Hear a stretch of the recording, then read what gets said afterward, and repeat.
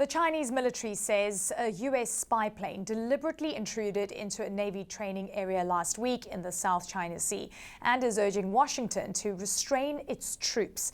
This is a response to this video released by the U.S. It shows a Chinese fighter jet cutting right in front of an American spy plane, which had to fly through the wake turbulence. U.S. officials called the fighter's move unnecessarily aggressive. CNN's Natasha Bertrand is at the Pentagon. The U.S. says the fighter jet was in international airspace, while China is saying this is an act of provocation. It is important to understand the context here, wider tensions that have been brewing for a while. But where are we in terms of what both sides are saying to each other?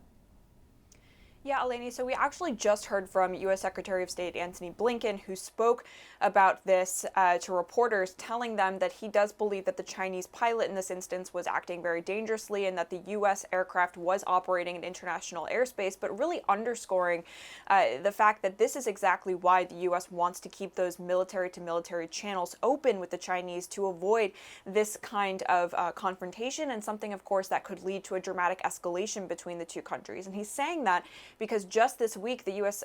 Defense Secretary Lloyd Austin tried to set up a meeting with his Chinese counterpart, and that was summarily rejected by the Chinese. One of many meetings that the U.S. has proposed in recent months that the Chinese have rebuffed as a result of these heightening tensions between the U.S. and China stemming from, for example, former House Speaker Nancy Pelosi's visit to Taiwan last year, the incident where the U.S. shot down a suspected Chinese spy balloon earlier this year, and other episodes where the U.S. has been operating over the South China Sea in a way that China perceives as violating its own territory. Now, of course, the U.S. does not accept that. They do not believe that the South China Sea is controlled by the Chinese, but all of this is really contributing to this tension between the U.S. and China is pushing back, of course, this morning with the foreign ministry releasing a statement saying that the U.S. was acting in a provocative way, and the Chinese military releasing a separate statement saying that the U.S. had actually interfered in their training exercises. So all of this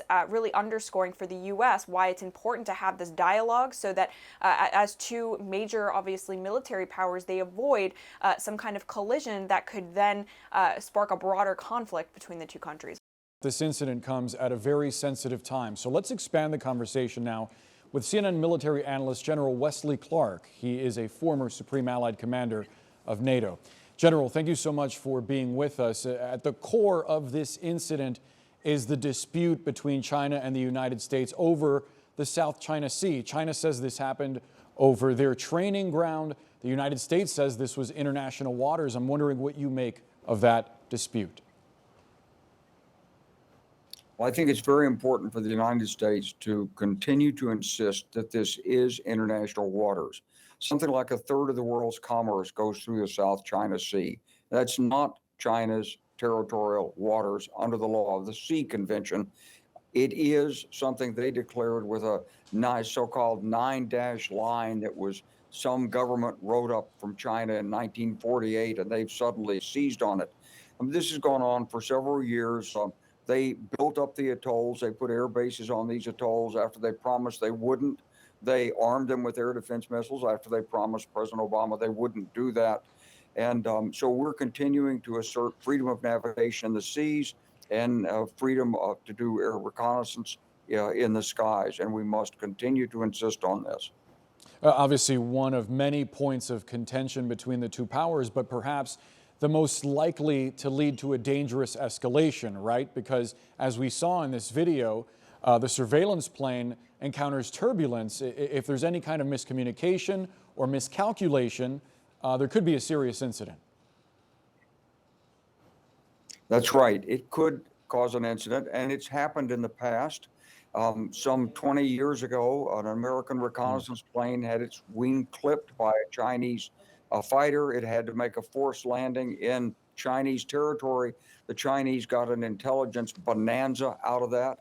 I'm sure our rivet joint crews are very well aware of this incident. They're very cautious.